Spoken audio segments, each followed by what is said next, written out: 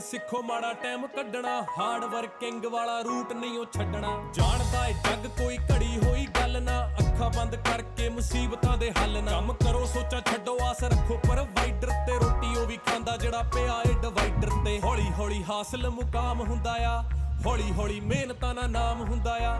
ਪਹਿਲਾਂ ਪਹਿਲਾਂ ਹਰ ਬੰਦਾ ਆਮ ਹੁੰਦਾ ਆ, ਦੁਨੀਆਦਾਰੀ ਚੋਂ ਜੋ ਤਰਾਸ਼ ਬਣਦੇ, ਆਪਣੇ ਤੇ ਰੱਖ ਵਿਸ਼ਵਾਸ ਬਣਦੇ ਹੋਏ। ਆਮ ਜਿਹੇ ਮੁੰਡੇ ਵੀ ਨਹੀਂ ਖਾਸ ਬਣਦੇ।